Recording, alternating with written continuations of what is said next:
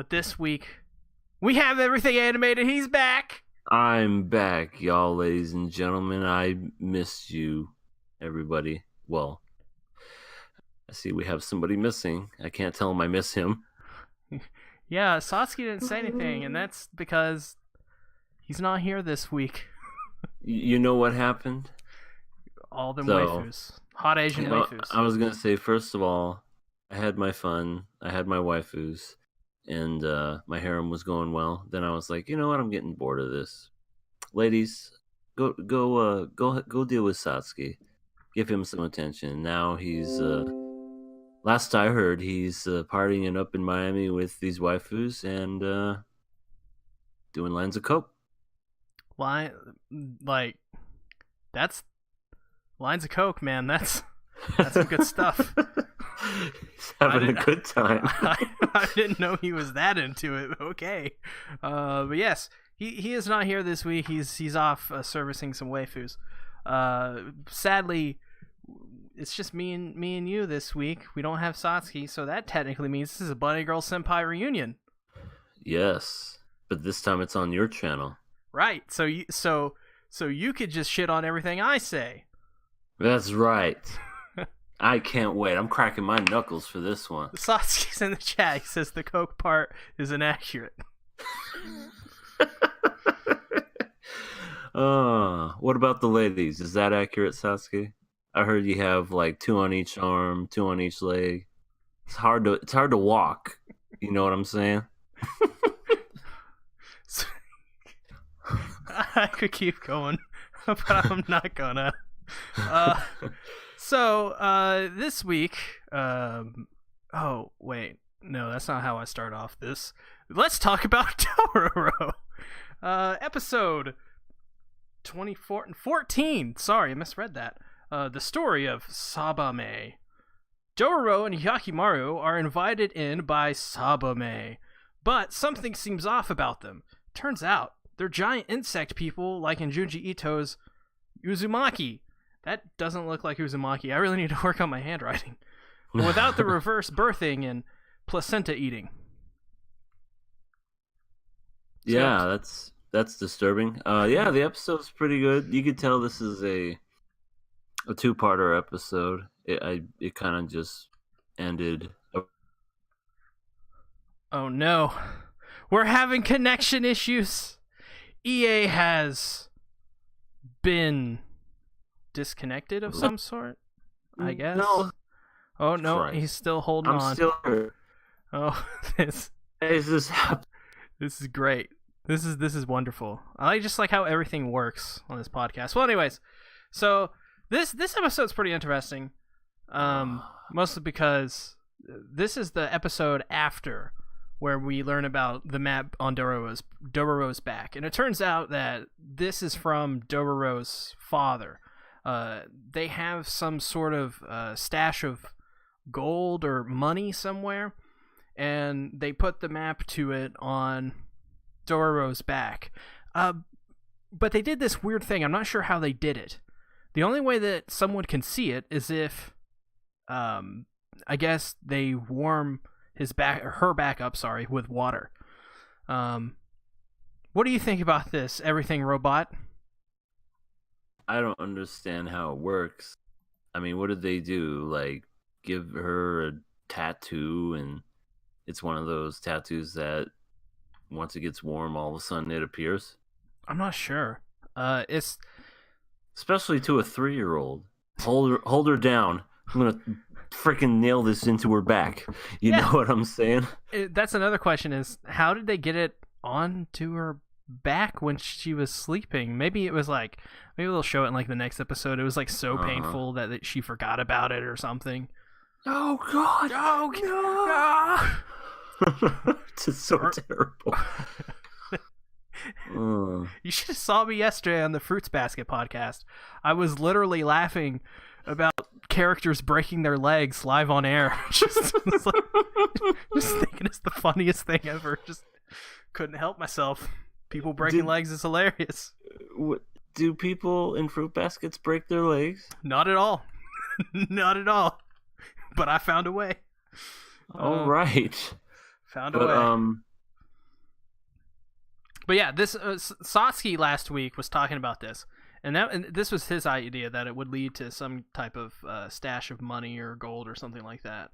But it also, leaves up in the air.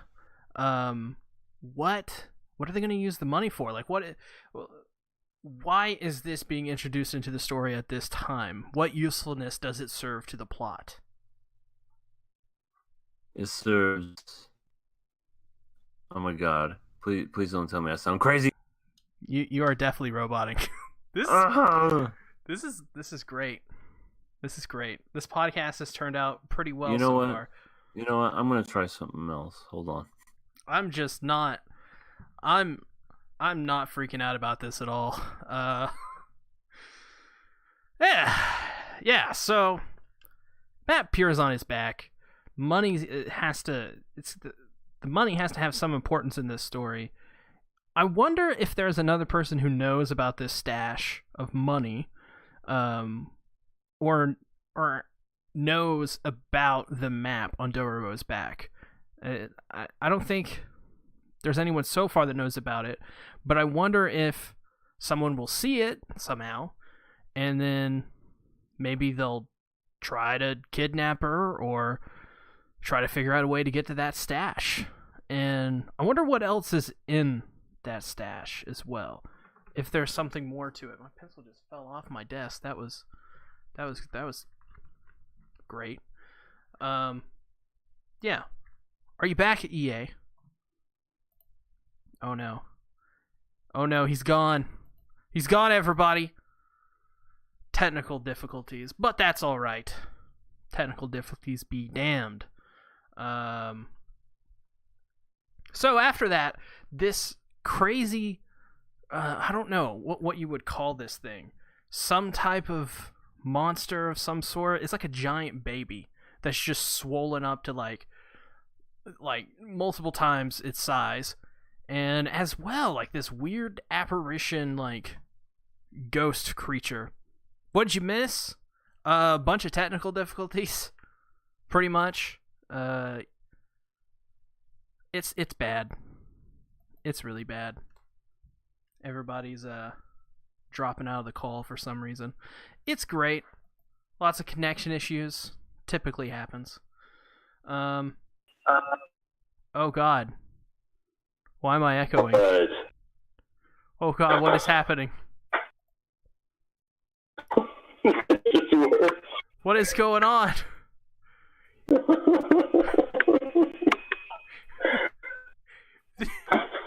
This is the best podcast of all time. I can't even understand what you're saying. Oh God. I assume this is EA trying to use his phone. Am I correct? Maybe. Yes. What do we sound like then? You sound. What do we sound like? You sound. It's so low quality. It's actually hard to make out some noises. You're just all bass and mids, nothing else. It's just whoa whoa whoa whoa. Just a lot of that. It's great. I am dubstep. Why do you sound like that?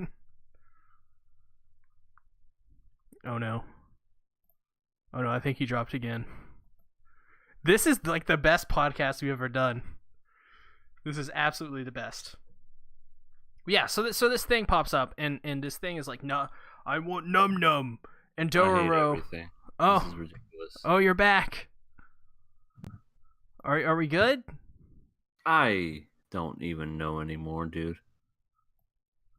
This is why Satsuki needs to come back.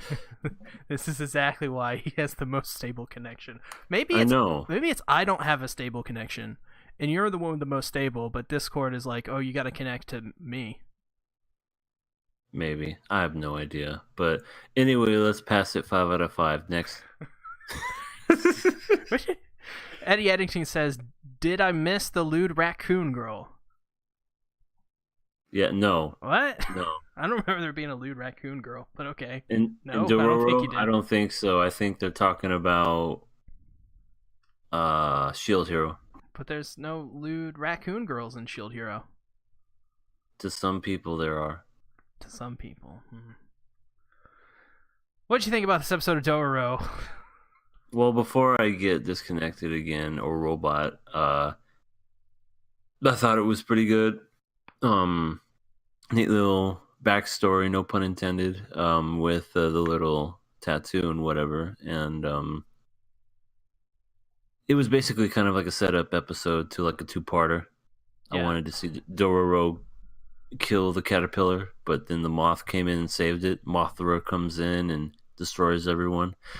And what is that? Like a dude and a monster like getting it on, and like those are their children?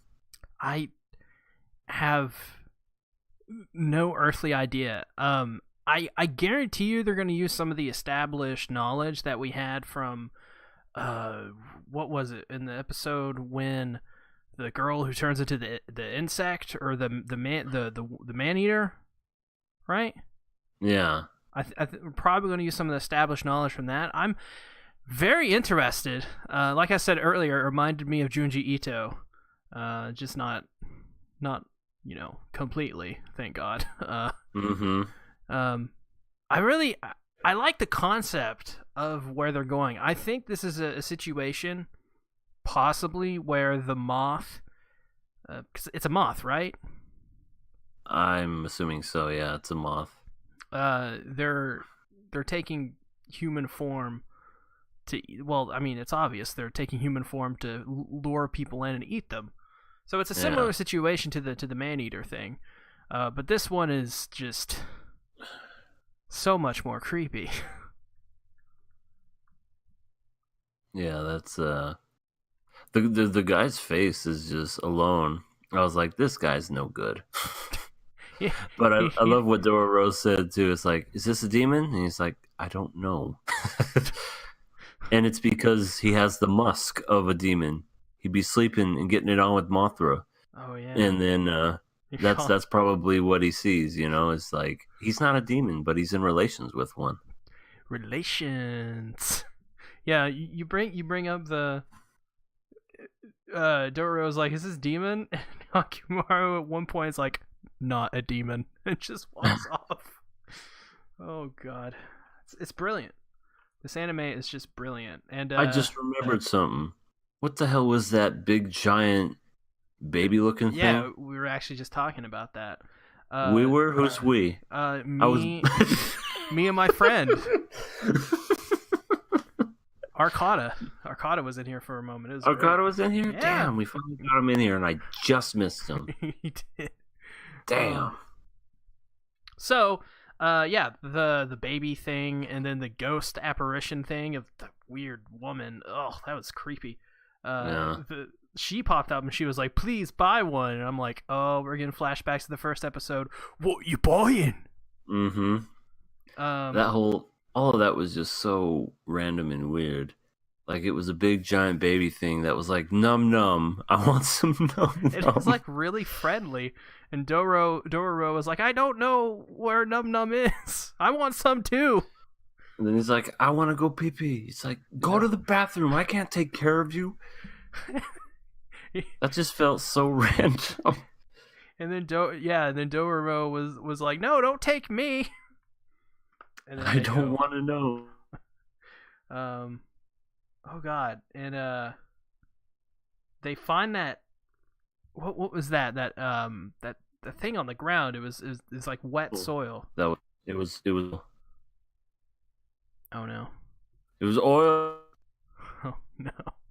It's happening again. They're taking everything animated away. This is bad. This is just so bad. Are you connected through Wi-Fi? Oh. Oh god. Don't download so much adult media. I mean, there's a manga about a guy dating a caterpillar. There's a manga about a guy dating a... I don't want to know about it. I don't want to know about it. So, just a little thing, a little tidbit I saw in the backgrounds. So when they walk into this burnt down village. A piece. Oh no. So when they walk into this burnt down village, they see on, I guess it's this. On the now, like I was saying, it was oil on the ground. Okay, there we go. You're back. How do you know when you're back? Oh wait, I don't know. Or maybe you don't. I have no idea when I'm back.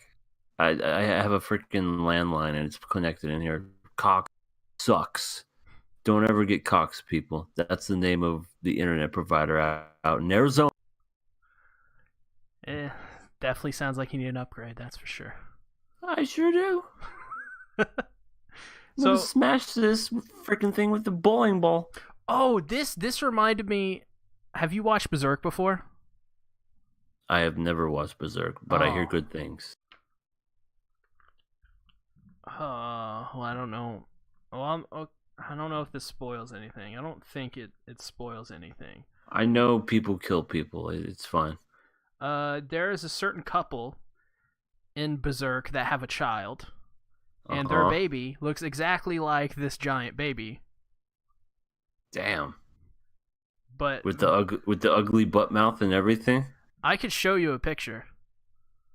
It would be disturbing, to say the least. That's for sure. I don't know. You'd cry. Like you'd probably cry would. a lot. Like, dude, it'd make you cry. I would cry. I cry. Yes, you would. Yes, that's exactly it.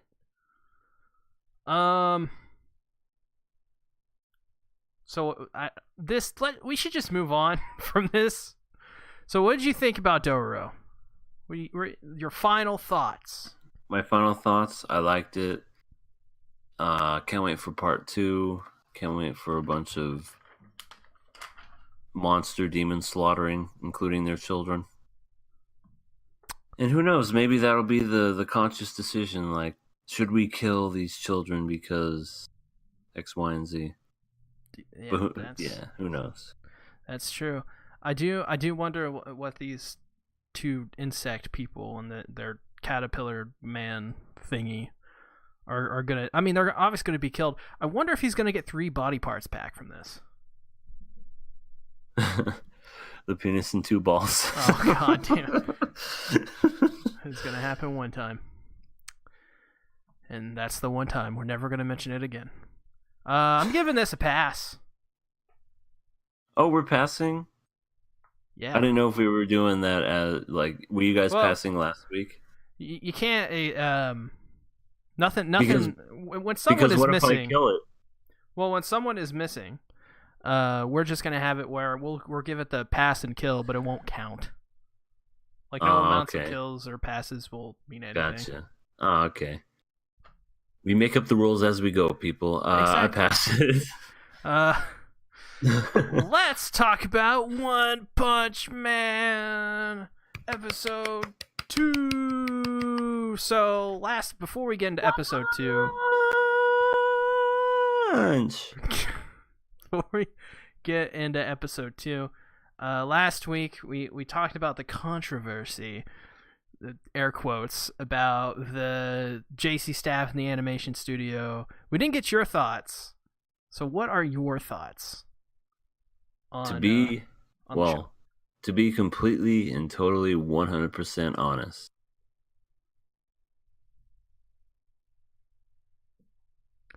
Oh no. To be completely and totally honest, and then just go silent. You know what? I got a way to fix this. It's a super easy fix. I don't have a problem. There we go. I think I fixed the problem. You fisted. I fisted the problem, guys. Hopefully the fisting worked. I don't know if it did or not. Did it work? Did the fisting work? I don't know. You tell me. It kind of worked. Worked enough. So, what are your thoughts on the JC staff taking over? Okay, like I was saying, 100%. I don't have any problems with it whatsoever. To me, it looks fine. You can definitely tell if I don't know. If you were to compare them side by side, yeah, maybe you could see the differences, but I didn't have any problems with it. I liked it. I was just as pumped watching those first two episodes as I was watching it when Madhouse did it, and I liked it. I didn't honestly.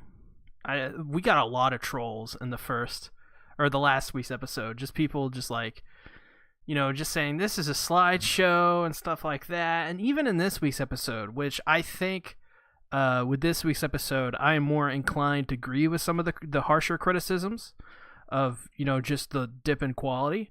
But still, I thought this week's episode was better than last week's. Yeah. So, I'm not sure how to describe it. The show maybe it was the source I was watching on. I don't know. We'll get into that in a moment when we get in episode 2. But like, yeah, I people saying it's a slideshow. Like, where are they getting that from? I think it's just like this, as you like, said. like how I present this show live is like a slideshow. Yeah. Like, literally, this is literally a slideshow you're watching. Yeah.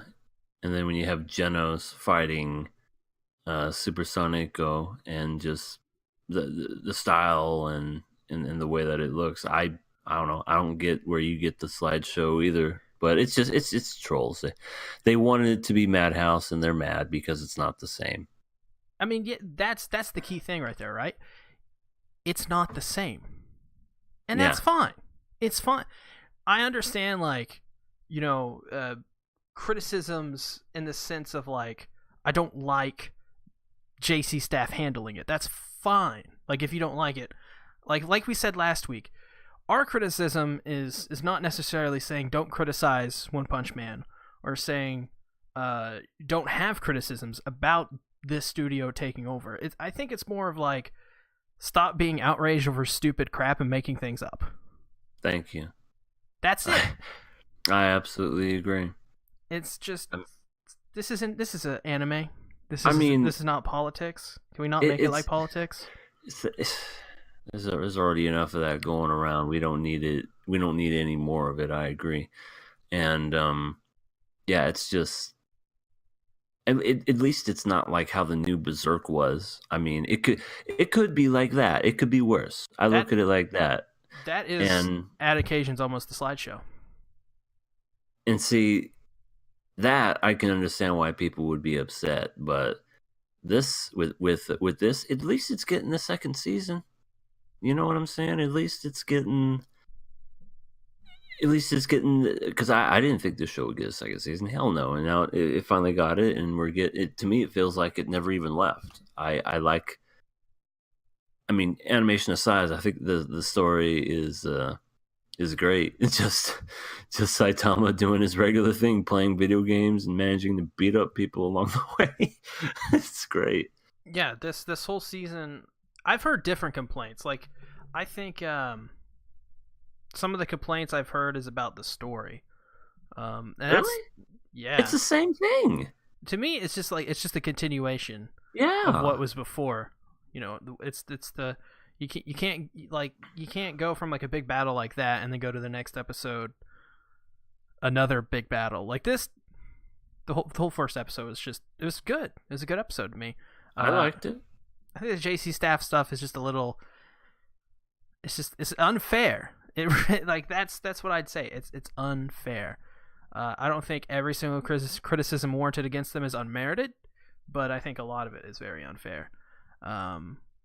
Like I said, it's people crying because they didn't get Madhouse, and we all know Madhouse has a history of not working on sequels. For some reason, they like to work on Overlord, and even then, they use a bunch of CG in that show. But it's like, grow up, people. Be happy with the season 2. Be happy. Yes, I think as well. There's the be happy. It got made in the first place kind of thing, because this season had a little bit of turmoil going on. Because think about that.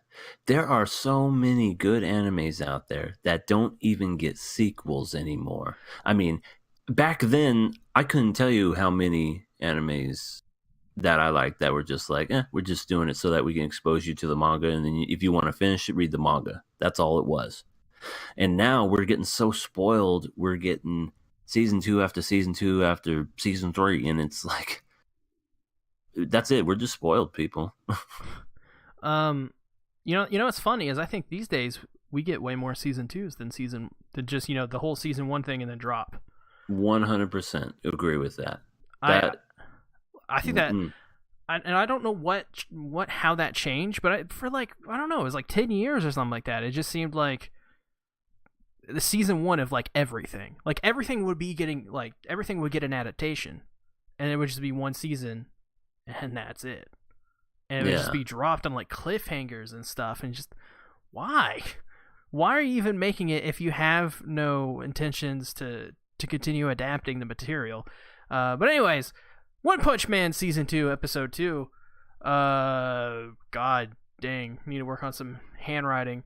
Garo is here, not Garo the Vanishing Line. Garo is here, and he kills all of those heroes at the end of the last episode, like literally. And villains. Everyone in there, yeah. But he then says that he's going to go away for 6 months and to prepare for him before he comes back. Fubuki, Hellish Blizzard, aka Hellish Bobs, which is a great nickname. Which is the younger sister. Older? Yeah, she's the younger sister. Yeah. I don't know how that works. That's how animes work. The older sister is shorter and looks like a lolly, but the younger but then the younger sister is like taller and got big boobs. Go figure. Fubuki then comes to where Saitama is and asks him to join her, but instead they fight, and Speed Sonic makes his entrance and then jobs out to Saitama again. It also turns out Fubuki is Tatsumaki's sister, and he really wants to join Saitama, or she wants to really join Saitama. Well, first of all, I gotta say, before we get into the stuff with Fubuki and Tatsumaki and that stuff, what do you think about Speed of Sonic making his return and then promptly just getting destroyed? That's pretty much his character right now. That's always been his character ever since we first met him. He's just all gleeful, and like I think the whole, in the first season he was not only defeated, but he was embarrassed by Saitama, and he's never met somebody like that before, so it just kind of crushed him. So he's been trying to get back to where he was, and give him credit where credit's due. At least he's working on it and getting stronger. And it seems like when he does, freaking Saitama's just like, I'll do the same thing, and then it just blows him over. I like how it's like only Saitama is causing him to go through all this mental trauma and mental distress. It's just weird, and I enjoy his kind of like his arc of Speed of Sonic. Like, he's such a goober of a character, but I enjoy his kind of like journey. I think it's interesting. Yeah, same here. Like, cause he's like by himself, he's pretty strong and pretty good, but when you put him in the same, I guess, room with Saitama, I mean, they're on two different levels, and I think that's what makes their dynamic so good. And that's what makes Saitama a good character as well. He's gotten so strong that he's just bored. So whenever he sees anybody, he's just like, whatever, go ahead. Have you seen One Punch Man dubbed? Yes, I have. I introduced my son to it. I love his dubbed voice actress because he's just like, hey, all right, cool. Yeah, I'll give him credit where credit's due. He does a pretty good job. Geno sounds weird. I like the Sea King. Sea King's pretty good. He sounds very airy, like he's talking through a tube. It's very like weird. It's like they tried to. It's like, you gotta sound like a robot, and it's like, that's too much. That's too much. what do you think about Garo? He seems like a badass. Yeah, he seems like a badass. I mean, he seems pretty strong too. I don't think we've really seen much of him. He kind of reminds. Oh no. It's happening again. The internet outaging is happening to EA again. So Garo is super just... He has this... I don't... Reminds me in this. Oh, wait. He's popping back in. Are you back? No, he's not. He's...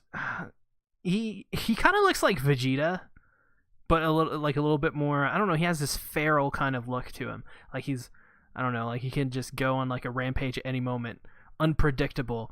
And I'm actually not even sure what this guy's power is, but he seems to be just super dangerous and just... I don't even know. Like even have like the slightest idea of what this guy can do. Are you back? I hope so. So yeah, what'd you think about Garo? Garo looks like Vegeta. That's what I said when you were dropping out there. I was like, yeah, he looks like a Vegeta, but more feral.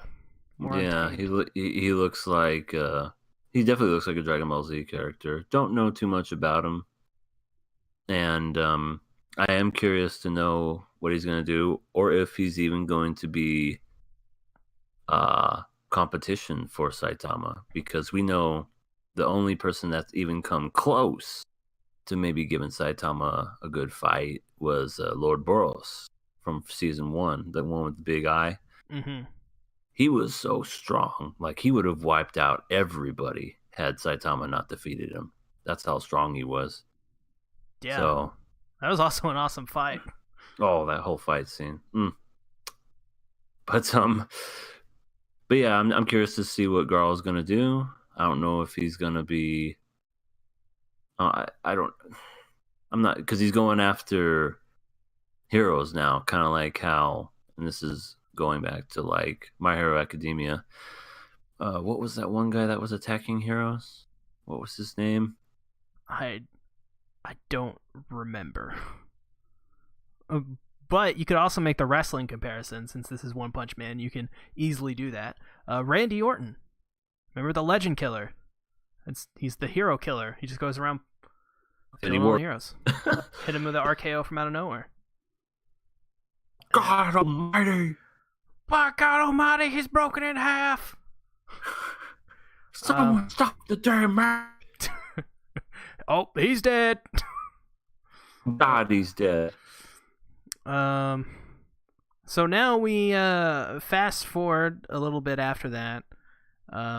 Saitama is hanging out at is it Genos' house? Or is it King? I think it's King's house still. I think it's King's house, yeah. And they're playing games. And then they get a knock at the door, and it's Fubuki and her Cronies. Entourage. Geeks. I don't even know what you would call them. I just call them cronies. Might as well, cronies.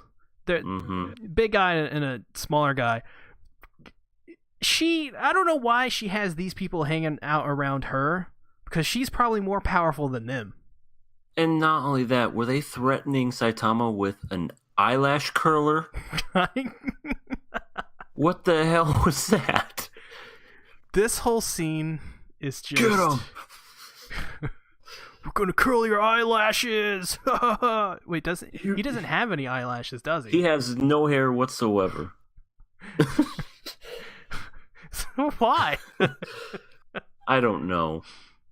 Some of these heroes have the weirdest things. Like, doesn't one have like a violin or something? I don't know. One of them rides on a bike. I think his name is Riding Common or something like that. No, that's Umen Rider. Umen Rider, there you go. Yeah, I like him.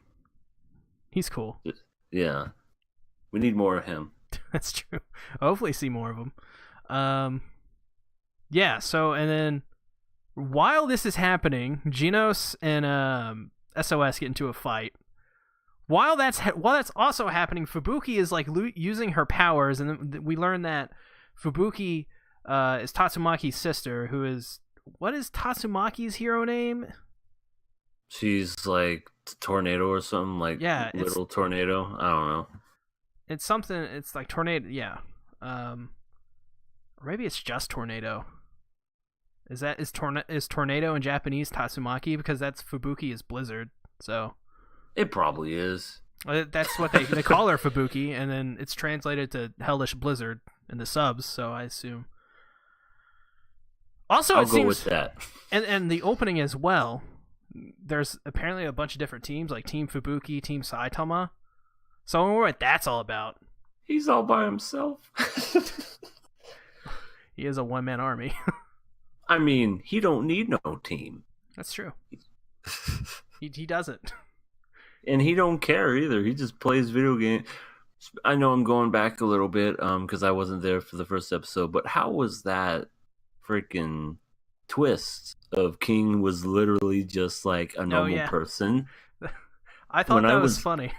When I saw that, because again, I thought he had me fooled from the first season.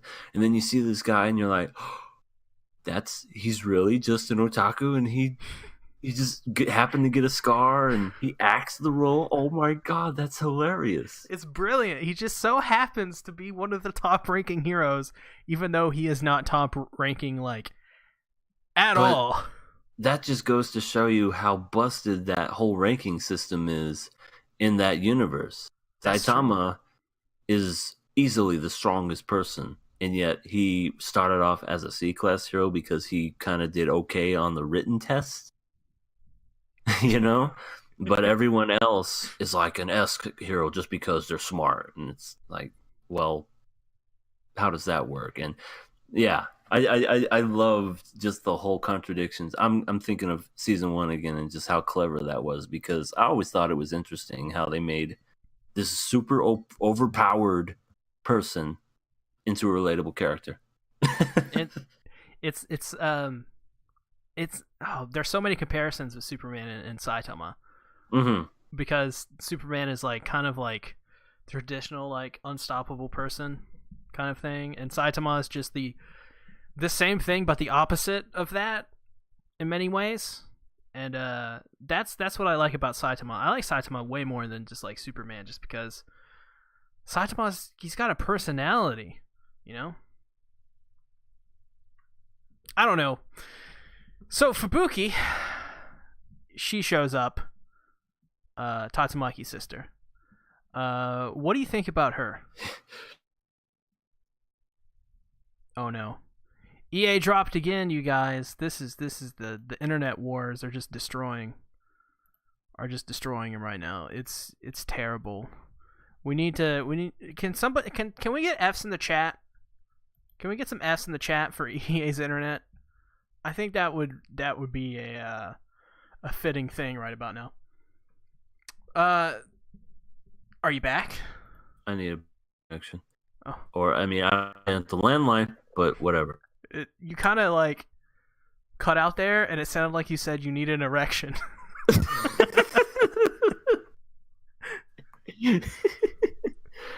I just said I need a better landline because this is connecting.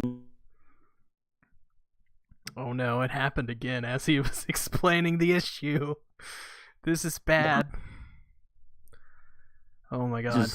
I love this internet. This is hilarious. This was supposed to be a really good podcast, I swear. Final thoughts on Fubuki. He has a thing. Can you hear me? I cannot. I absolutely hate the fact that this whole thing oh god, is it connected?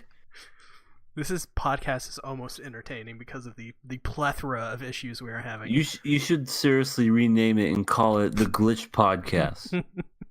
Remember the last time this happened? I just put in parentheses just technical difficulties. Yeah, now just call it. This is part of the show. God damn it. Final thoughts on Fubuki. She seems alright. She got that rack, and it seems powerful in her own right. What if she's like 12 though? Doubt it. Would you feel okay saying that she has a massive rack? Of ribs, maybe. That would be the only thing I would say if she was 12. She better be holding some ribs. Does the FBI open up? I was just talking about her ribs. She makes some good barbecue. Yeah. Try some. They're called Fubuki's homemade barbecue ribs. I like her. She's got a cool design. It's basically Tatsumaki. I bet she does. She got a really good design. You know what I'm saying? I was gonna say her fur coat has it adds a nice touch. Touch. God, why are you making this weird? I'm usually the unpure one, but apparently I'm the pure one now, and you're the unpure one. I've never been pure. You've just always been diluted. Diluted Dasani water, as they called you back in high school, right? I don't think that. No, they never called me diluted. Hey, look, it's diluted Dasani. I like this guy. He only talks about lewd things. Are we passing this? Oh no, he can't even say if he's gonna pass or not. Oh no, are you back? You here? Oh no. This podcast is just so good. I'm passing this because I want to see where this Fubuki thing goes. She has an interesting, seems to have an interesting arc where. Oh, good. Okay. EA passed. Everybody. Full passes. Oh, I think he's back. Are you back? Nope, still not back. Yeah, I like Fubuki's character. I'm interested to see where she goes. I hope we get to see more Speed of Sonic. She's great. Or he's great, sorry. Everyone's great. This show's great. It's a good show. Everyone should watch it. I want to beat up this microphone. He's gonna beat up the microphone. Let's talk about Shield Hero, episode 15, titled Raccoon Girl. Titled Raftalia. This episode is about Raftalia's backstory primarily. We learn that Raftalia was captured by that fat guy along with her village and then tortured. And after dealing with that fat guy, they go to the prison where her friends were captured, but everyone but Kill died. Fat guy summons a T-Rex. Can we talk about this T-Rex? This T-Rex looks terrible. The T-Rex has killed EA's connection. And this is why this T-Rex is absolute. This T-Rex has some of the worst CGI. Can we? Yeah. Oh God, you're back? Are you back? This is terrible. This is the best podcast I've ever done.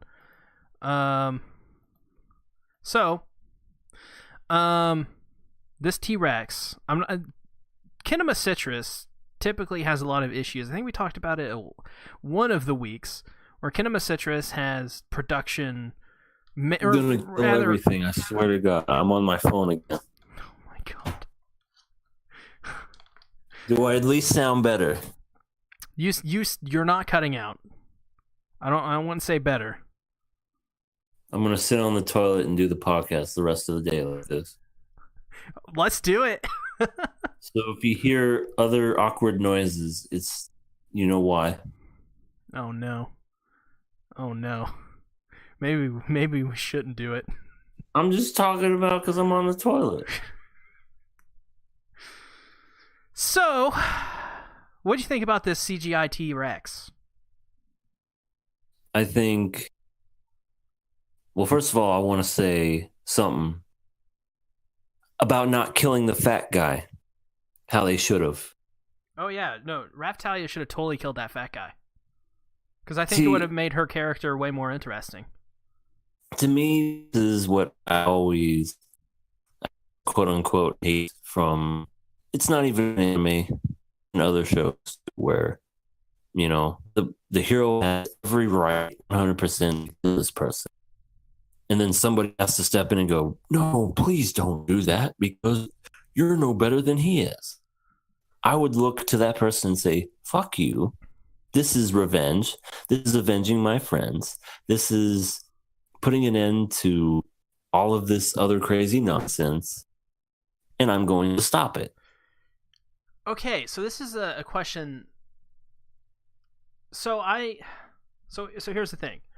I don't think she should be killing a person for no reason. She obviously has to have a good reason. In this context, they have already taken over the castle that he's in. They've basically dealt with all of his security. He's pretty much done for at this point.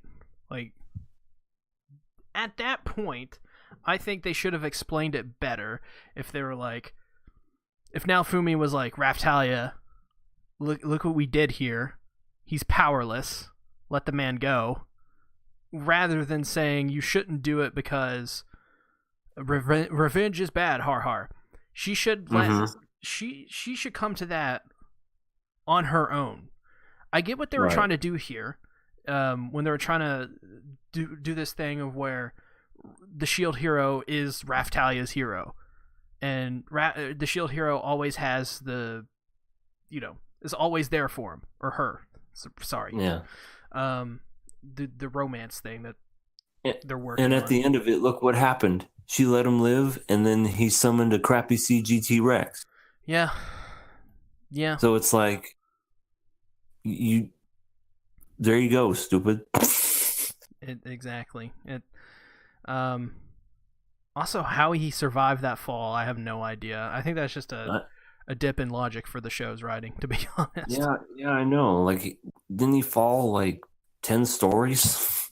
Yeah, I mean, this episode is really good if you look at certain parts of it. The parts that deal with the fat guy are not good. I like how we call him the fat guy. I have no idea what his name is. I'm sorry. We had this issue last week. We couldn't figure out his name. But everything else was good. Raftalia's backstory was heartfelt. It was meaningful. It was super sad. Like Rifana, how she goes back to where she was locked up and imprisoned, and she goes to their cell, and she's just a pile of bones now. That's super sad. That's very sad. And also, oh no, the internet has the out these left. Oh, he's still cutting out. This is beautiful. This is the best podcast we've ever done. Seriously? Yeah. It's terrible. But like I was saying, how long were they down there for? Because it seems like they just were in that cell for so many years, and all of a sudden, just leave her dead body in there. Yeah, no, it seems like, they were down there for a while. Keel is the only one that survived, and Keel was down there for so long that he grew somehow, which is, I'm not sure how that works. Maybe demi-humans grow faster because he was a kid before, and now he's an adult? Well, Raftalia grew into an adult. That was like after leveling up, though. Well, he leveled up in Slave. He leveled up by doing nothing. It's brilliant. We should just all become slaves so we level up.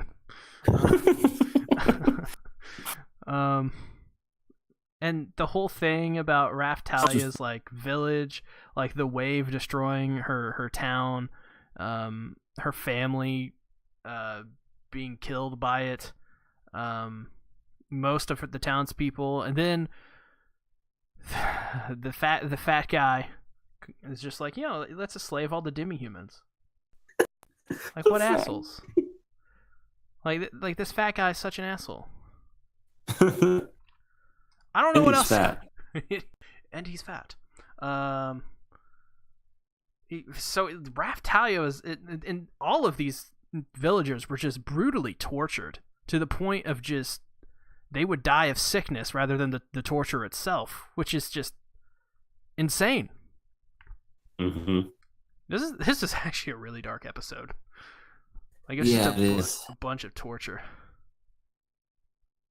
It's crazy because Ulti is like, I don't know. She's like the royalty next in line. She's seeing all this, and maybe that's going to become a factor later on where they're going to for abolish sure. slavery or something. Oh, for sure. I think the goal of this season of this show is to pay off rather this sub story with these demi-humans. I think that's the big thing, is just liberating the demi-humans. It seems like that's where they're going, at least.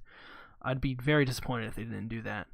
I also liked this whole episode is based around Raftalia, and how this whole episode was just giving examples of how Raftalia, she's not as weak as she seems. She's actually a natural kind of born leader in many ways. She's the one who started the rebuilding of the village. She's the person who is, by now Fumi's side all the time, helping him. She's the person who came to liberate her friends. She has like this. She feels like she's weak, even though she obviously is far from it. I like that. I like the way they did that this episode. It was subtle. Mm-hmm. It was kind of funny though. It was kind of funny because I don't know. It's like some 5-year-old on top of a box talking to a bunch of adults. It's like, yeah, let's listen to her. But I know what you mean. Like it was like, okay, she's always been a born leader. That was pretty neat. Also, at the beginning of the episode, Raftalia is talking to Rifana, and Rifana is like, "I want to meet the Shield hero," and Raftalia is like, "Yeah, I want to meet him too. I really like him." So there you go. She's always liked the Shield hero. What are the odds that it's the Shield hero though? It's not the Lance hero or the sword. Like whatever's cooler. Well, there's actually an explanation for this. I want the shield hero. I want the one with the shield. There's actually a reason for this. It's because the demi-humans and the shield hero have a strong connection throughout history. So, in many ways, the shield hero is like their Jesus, kind of their savior. That's interesting. Huh, I didn't know that. Because to me, it just sounded like out of all the heroes, why the shield hero? But okay, that makes sense. It's gonna be weird if she succeeds in banging Naofumi. And in a couple weeks, it's gonna be May. You're right. In a couple weeks, it will be May. That's a random observation. I'm glad you made that. Wouldn't have figured out otherwise. But I was quoting an NSYNC song, but you're all right. It is 420 today, so blaze it. You know what I'm saying? Blaze it and token and smoking, y'all. I like this episode. I'm gonna give this episode a pass. What are you gonna give this one? I'm also gonna give it a pass. It's a good episode. Good episode, guys. Good job, Kinema Citrus, except for the T-Rex thing. Yeah, the T-Rex. Oh, and it's going to be in next week's episode. Ooh, I'm going to throw. You know what? This is what we should do for the next Nakama Club after Satsuki's, which is Monica Magica. We should do Fate's Day Night 2006, so you get to witness the awful CGI dragon that is the awful CGI dragon. Is it 25 episodes? I think it's like 24. Or maybe 26. I'm on it. Monaco Magica is like 12 episodes in a movie, so it's also. But it's only 12 episodes. Let's talk about Carol and Tuesday, shall we not? We didn't get your thoughts on last week on Carol and Tuesday. What do you think about Carol and Tuesday so far? Listen, I'm so glad I picked this show.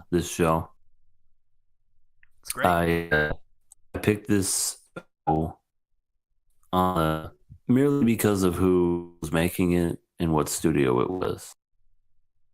Shinichiro Watanabe. Shinichiro Watanabe, Cowboy Bebop, freaking Samurai Champloo, Space Dandy. Oh, he knows how to make great shows. And he has a good taste in music. Absolutely. Not only does he know structure of character development, but the music itself is amazing. The intro is great. The music in the actual show is great. Even the ending is great. God, the ending's so fucking good. It really is. I don't know. I heard they did some, like, they searched, like, they did this whole campaign to find the two perfect vocalists for these two girls. And man, did they pick some good ones. That's for sure, because they sound great. But yeah, I was I was impressed by the very first episode because it's in the future. It's in Mars. You don't know exactly when in the future it is, and I kind of like that. You know, I'm kind of worried about. Oh no, the internet monster has taken everything animated. So yeah. Oh, are you back? No, You're they back. didn't take me. Okay, there you go. All right. But like I said, it's in the future. But you know how Internet monster has taken you again, I see. Well, we'll get to that. is because. Oh, Jesus. Are you back? I'm the internet monster. Oh, God, it's the internet monster. No! What have you done with EA? Don't worry, I beat him. Oh, we should have did that all along. He's messing everything up. Tell him to go home. He's drunk. I know. I told him to take a few and call me in the morning. But I really like this show. It's really good.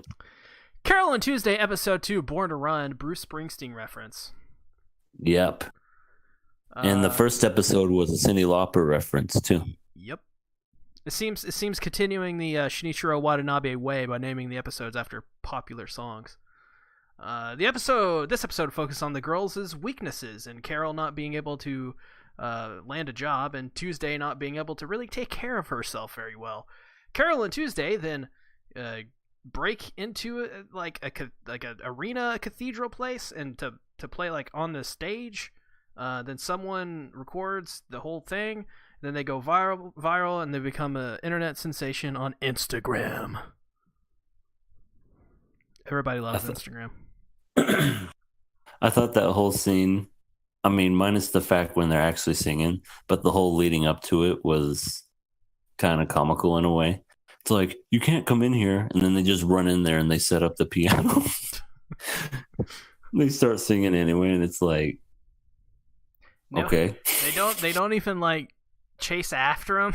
Just like, oh, God damn it. Until the song's over. Yeah, the song is the song they played in the first episode when they were jamming out. Yeah, but they had more words to it this time. Yeah, and they were more confident in what they were playing. This is definitely more of a finished product, and it was good. I wonder what the full song is going to sound like. We're going to find out because they keep reminding us that a miracle happened. You know what? I wouldn't be surprised if some of these songs top the charts like around the world. I would not. Like this song in this episode, that's like a number one hit here. That's something you would hear on the radio for like weeks. You think so? Yeah. I think with the way music is these days and the style people like, I think this is totally fitting of like Billboard top 100 or whatever it is. Yeah. If it's not already in Japan, it probably is. When they release the single, at least. Like, I think it's good. I like this. I don't typically like this music, this style, but you can't deny how good this stuff is. I don't know who's writing it, but they're good. Oh, I say they know how to music. Yep. So one of the things is that Tuesday doesn't really know how to take care of herself that well. And Carol's like, you know what? I'm going to go out and, for this job, you'll just sit back and clean up the house. And she doesn't know how to clean up the house. She just makes it more dirty. Yeah, she makes it way worse. First of all, she wakes up late. And then for a moment, she's like, well, I woke up late. Where's Carol? Oh, wait, I have to clean up.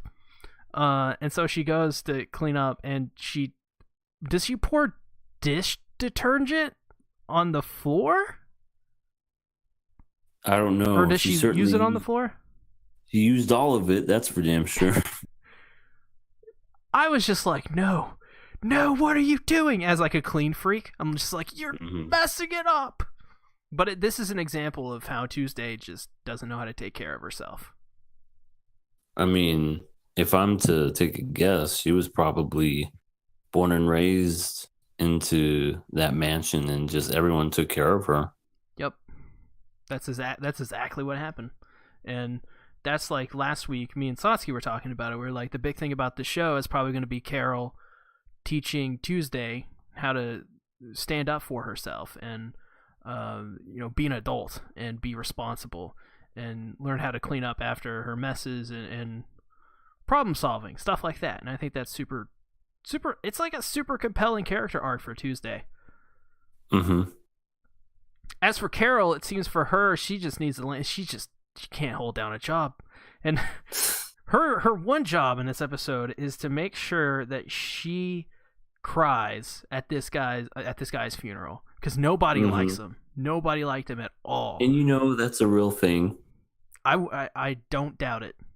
That is a real thing. People actually pay other people to cry at other people's funerals. That's a real thing that people do, which is weird. And I thought it was so funny. Like, she just sees a butterfly on the priest's head, and then she just busts up laughing. Oh my god, yeah. And yep, she didn't get the job. She got fired. I mean, she got the job, she just didn't keep it. Then we see Tuesday has one of those black credit cards that are limitless. Do you know about those? Yep, those are real too. Yeah, those are real. You can get those today if you're rich enough. And I was gonna say American Express black. Yeah, and they're basically what you get with these is crazy. You can call up the bank and ask them to get you something, anything, and they will search the world for it to get you this thing, whatever it is. If you want 50 Ferraris, they will get it to you. Like, I like how this show has a lot of stuff that we can relate to too, like it's Instagram, the card, the all the different logos that you see, the Gibson guitar or whatever. To me, that makes it an even better show. The Gibson Hummingbird. That's what the guitar is called. It makes it a more real show that you can relate versus, those shows that have, what is this thing? Oh, it's a fancy, intricate doohickey, whatever. You know what I mean? Yeah. You can also not relatable whatsoever. You can buy the Gibson Hummingbird right now. It ranges from about $300 to about $1,000, $2,000, depending on what version you're getting, what quality you want to land on there. But I've never played on a Hummingbird. I bet they're good. That's what makes this show so good. It's also interesting though how the Hummingbird. It makes me want to know what brand. I think Carol's brand is a Nord keyboard. I wonder what kind of keyboard she has, because I bet since the Hummingbird exists in this anime, that keyboard exists now and you can buy it. Because I bet those brands are in this anime, to shell out their stuff. I bet you they're a huge sponsor of the show. Yep. God. So about this girl, I don't know what I can't remember this girl's name. The girl, she is made to sing these octaves, and she's put in this machine, and this guy's this. So this is where the show kind of like, this is where it sets up the antagonist, like truly, because the first episode it's kind of like blurring the lines there a little bit. You don't know if they're the antagonist or not. This episode is for sure, because this guy is trying to create synthetic music. What they've done is they made this algorithm that can make music based off analyzing other number one hits or whatever songs people like, and it can just make anything, which is kind of scary if you think about it. Music by a machine. I mean, that's basically what's happening now. I mean, what I mean by that is, like, people see all the time what's hot and what's trendy in music, and then all of a sudden they try to copy it. You know, record companies do it all the time. And then everything that's like, I don't know, not so much done by instrument anymore. Everything is done on the computer. Yeah. I actually talked about this last week. I talked about how everyone is a one-man band these days. A lot of this is why rock and roll. This is why people say rock and roll is dying. One of the main reasons. There's many other reasons. One of the reasons, the main one though, is that right now I can go to a website called Easy Drummer if I'm a guitar player.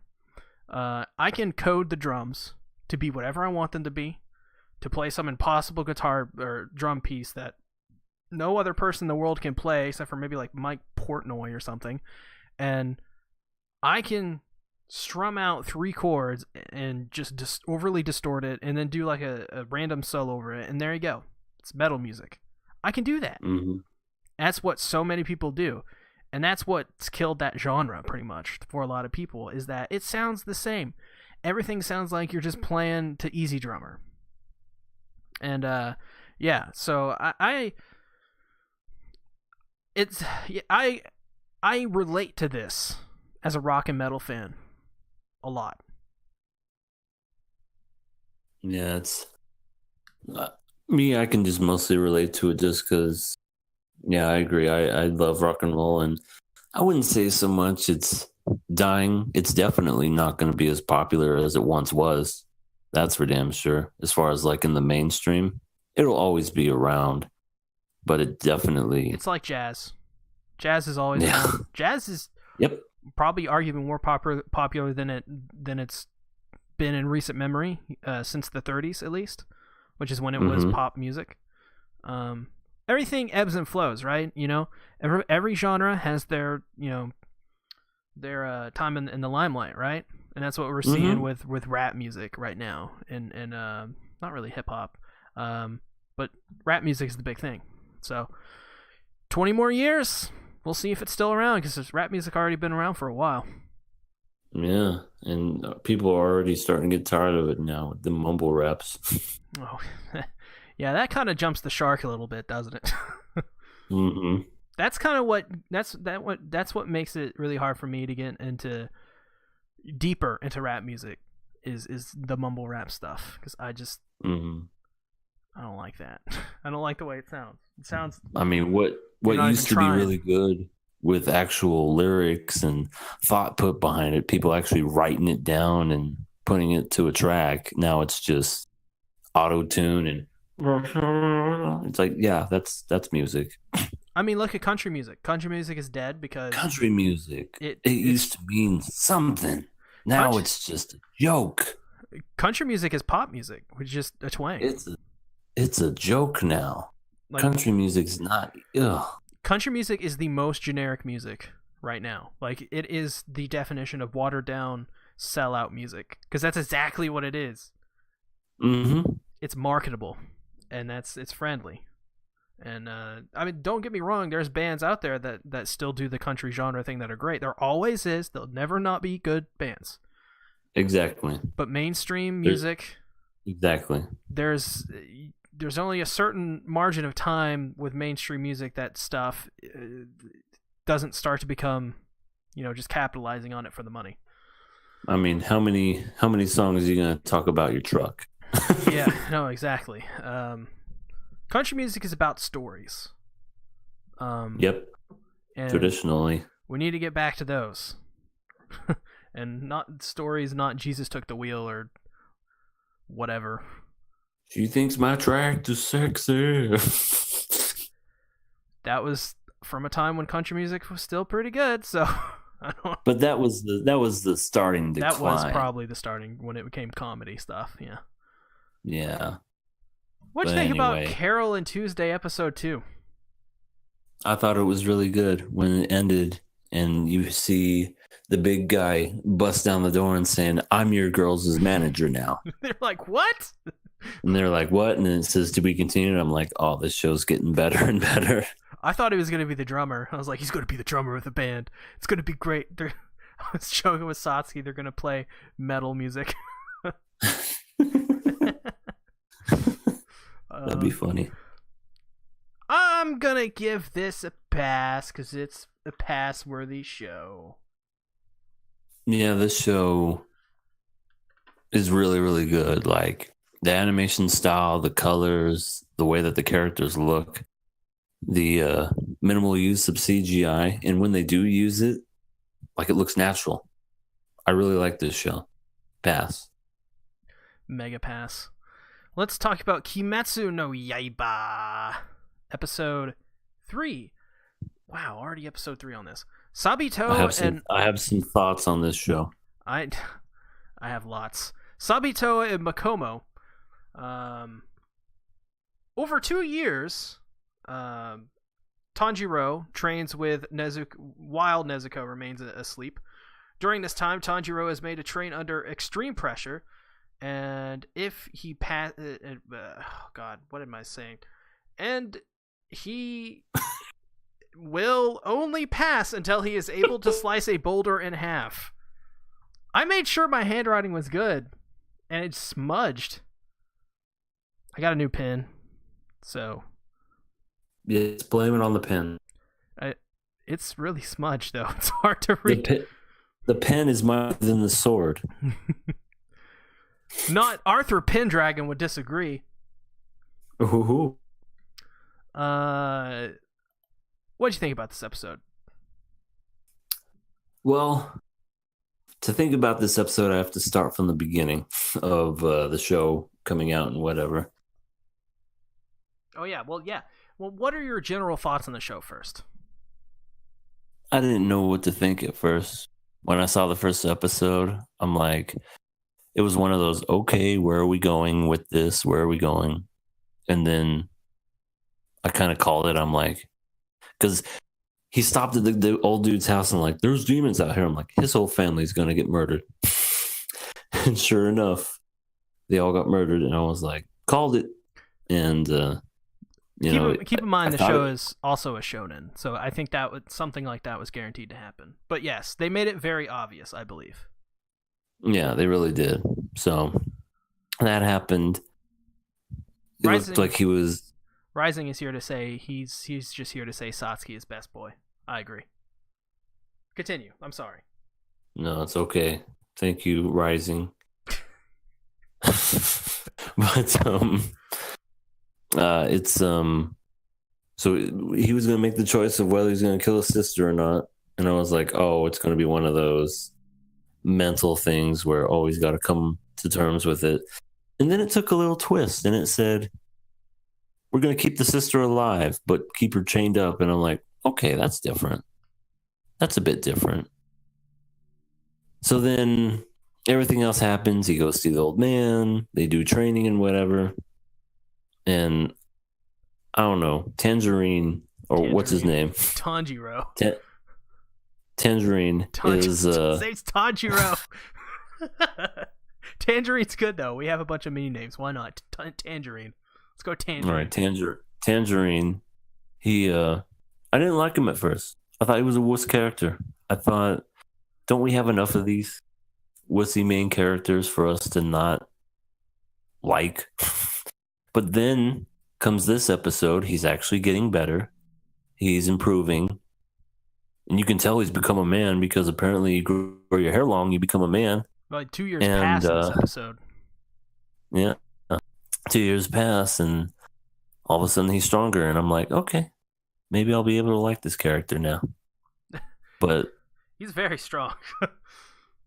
He has incredible reflexes. As a person who read the manga, some of your worries are of course it's definitely based on a manga.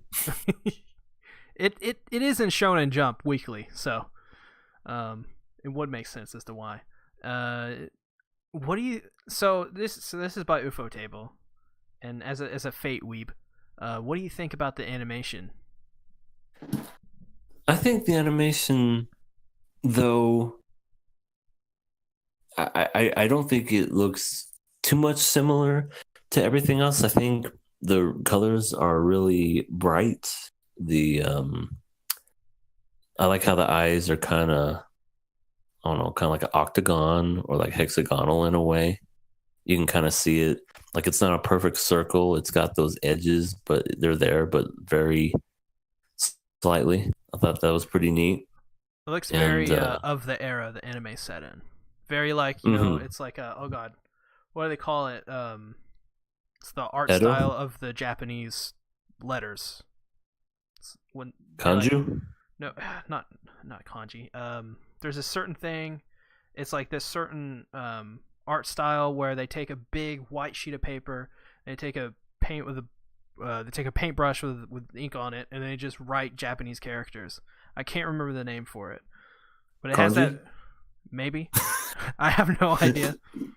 But it has that kind of look to it. But yes, it looks very nice. The colors are nice and bright, and they pop out at you.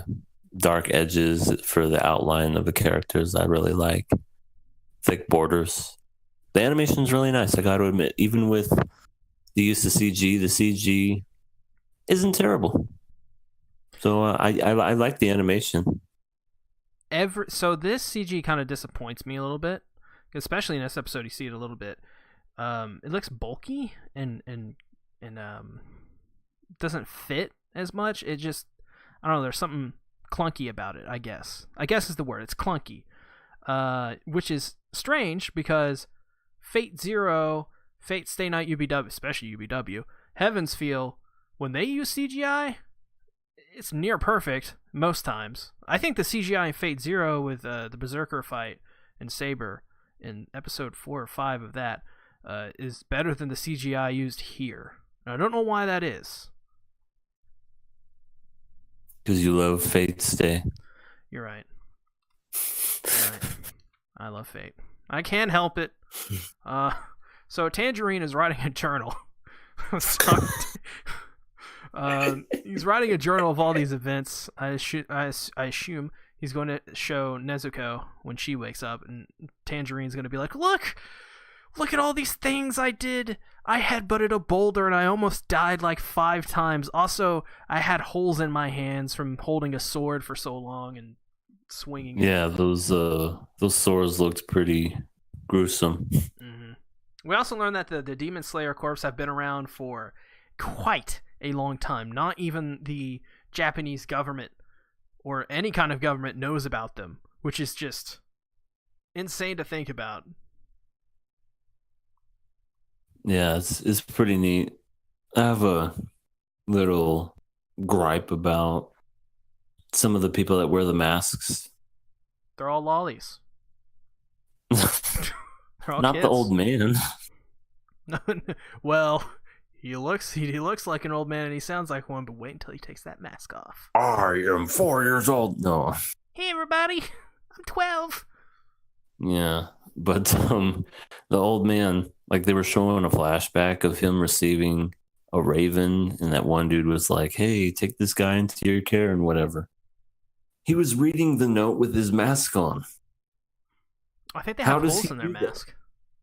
Yeah, but does this guy wear a mask all the time?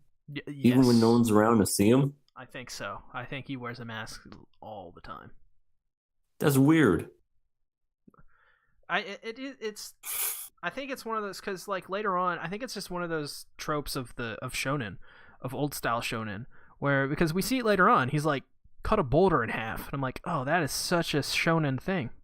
Like, cut a boulder in half. It That's reminded me. great. It reminded me of Dragon Ball, where Master Roshi told Goku, "If you can move that boulder, you can learn how to use the Kamehameha wave or something." If you can dodge this boulder, you can dodge a ball. Please don't. Well, what if they play dodgeball with boulders? No, I play dodgeball. It's just I hear that joke all the time. But I didn't make it because you play dodgeball. Just because wouldn't it be funny if they play dodgeball with boulders? You know what I have seen is people play dodgeball with balls of cactus. Oh God, why? Why? I don't even want to know. That's just mean. Just go to YouTube, type in cactus dodgeball, and you'll see it. And I'm gonna do it later too. God damn it. So the origins of these demons. Nobody knows where the demons have come from, how they came about, their origin. Nothing. It's completely unknown. And the only way that you can kill them is by, like in JoJo, with UV light, or with these special weapons, which is, I assume, the weapons that they were using in this episode. Besides Sabito, who was using a wooden sword for most of it. Who knows? Maybe that wooden sword can, you just hit him enough, and they're like, "Ow, okay, I give up. I'll stop being a demon." I'm not sure. But that's super interesting. We don't know the origins of the demons yet. I wonder if we will figure out the origins of the demons in this show. That would be interesting. What do you think about that? All right, that's what he thinks about it. The internet Sorry, monster. I had to disconnect really quick. Oh, I thought the internet monster came back and. No. I had to move. But what was the question? Yeah, so What nobody do I think knows. Nobody knows the origins of the demons. What do you think their origins are? They came from the internet monster. No. That's exactly where they came from. Oh, God damn it! They came from. I mean, he's such a dastardly bastard. He just goes around ruining our connection, and now he's unleashing demons. Coincidence? I think not. Oh God. He's really high right now, so that he's really fucking shit up. That's why. Yeah, he is. This show also has a really nice humor to it. So when he's training and when all these terrible things are happening to him, it's just Do funny. 500 more. Yeah. Or when he's under the waterfall, he's just yelling, "Nezuko, I am water." Why is he saying that? I don't know, but it's funny. Because she can't hear him. I know, it's even better. Nezuko, I am water. Why are you water? She can't say anything because she has that thing around her mouth, or in her mouth. Oh, phrasing! God damn it! Wow. I guess that's used to so she doesn't bite people. Yes, because remember. What did you think about in the second episode when she sees the mass of dead bodies and her mouth just starts salivating? I thought that was a cool scene. I thought that was a nice touch. We'll say that. Yeah, that thing that was in her mouth, drool was coming right off it. I thought it was pretty neat. And then all of a sudden, she's like, "Oh, look at all that food! It looks so good." Then she sees her brother's in trouble, and it's like, "I'm gonna." The part his head off where she kicked his head clean off. I died laughing for probably straight 3 minutes. That was so funny. I was like, because I wasn't expecting it because it was so fast. It was just shoo, boom, and I'm like, "What?" So a year and a half of this this training that would kill a normal person after. Tangerine, doing it for a year and a half. Makomo and Sabito show up, and Makomo with their square eyes. That's true. So it seems that Tangerine's new waifu is Makomo because he blushes. Oh yeah, that's right. She was talking to him like with her really high pitched voice, just. Are you okay? Let me show you how it's done. And he's like, she's so pretty. Sabito is also her brother, but not by birth. They were picked up as orphans by guy. Forgot this guy's name. Was it the fat dude? No. No. He was killed by the T-Rex. So Oh, that's right. That's right. Well, they don't have a father anymore. So sad. So That sad. must make him sad. He was a great father, you know. I know. He beat the shit out of slaves, but treated them like royalty. So Makomo and Sabito put it in Tangerine that he has to learn this breathing technique. And the reason is because the breathing technique literally makes him as strong as the demons. And that is why he has to learn it. And the lesson of this show so far is all you have to do is control your breathing. You can be strong too. There is a certain truth to that, though. There is. Breathing control is really important in a lot of things people do. It's important in music. Like, breathing control is like, seriously, you wouldn't think it, but to play guitar, controlling your breathing keeps you in time. Wow. I'm not lying when I say that. I play guitar. I've played guitar on stage. I've played it in the basement. I've like a dozen times. I used to be in a band. I'm kidding. I've heard you play guitar. You have? Speaking of which, yeah. You know what you should do? The next Carol and Tuesday thing that we have? You should totally play their song, and then we can sing together. Oh, well, okay. All right. If you want to. I love how committed you were to that. I mean. Oh, okay. If you want to. So yeah, with this breathing technique, he defeats Sabito, and they just disappear into the mist. And he slices the boulder in half. Did he not even cut him, but he like imagined that he did, and he actually cut the boulder? So these characters show up later on. It's just one of those weird anime things. So they weren't actually there? They were there. They exist. It's a weird anime thing. It's the mist, I guess, obscured his vision. I love the show, or the movie, The Mist. Oh God. Are we giving this a pass? Yeah, I think we'll pass it. I'm passing it. I like this show. I dropped the manga around chapter 20 or something like that because I was like, it's good, but I bet the anime is going to be better, and it is. It's better. It's a show. It's a shonen. There we go. So I guess, with that being said, where can they find you, Everything Animated? Oh.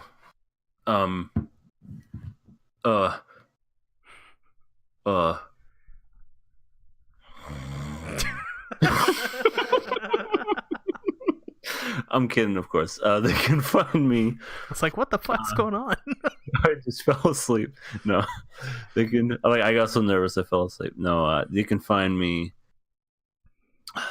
I'm sorry, guys. I don't know if I'm ever. I have a confession to make. I don't know if I'm ever gonna finish the Hina hating anime. Not because I don't want. Wait, no, yeah, it's maybe because I don't want to. Better to just move on at this point, right? Oh no! The internet monster has absorbed Everything Animated as soon as he is at his shoutouts. No, he's back. Not. I am fighting a monster. You will not destroy me. Follow me on Twitter. I will make videos soon. All right, there it is. You can find me. Internet monster. I want to eat your soul. Get over here. Haha, Scorpion. So I guess yeah, that's it for the show. You can find me where you can find me. Just check the description for links to everything animated and Satsuki the Savage. Shout yourself out, Satsuki. You can find me at your bitch's house, fornicating with a spouse. Just kidding. Thank you, Satsuki the Savage. Love you. I'm Satsuki. Love life and all that. All right. See you later, everybody. It was a good podcast with no technical difficulties. We'll be back next week with a much better version of what we just did this week. I sure hope so. Bye, everybody. Bye-bye.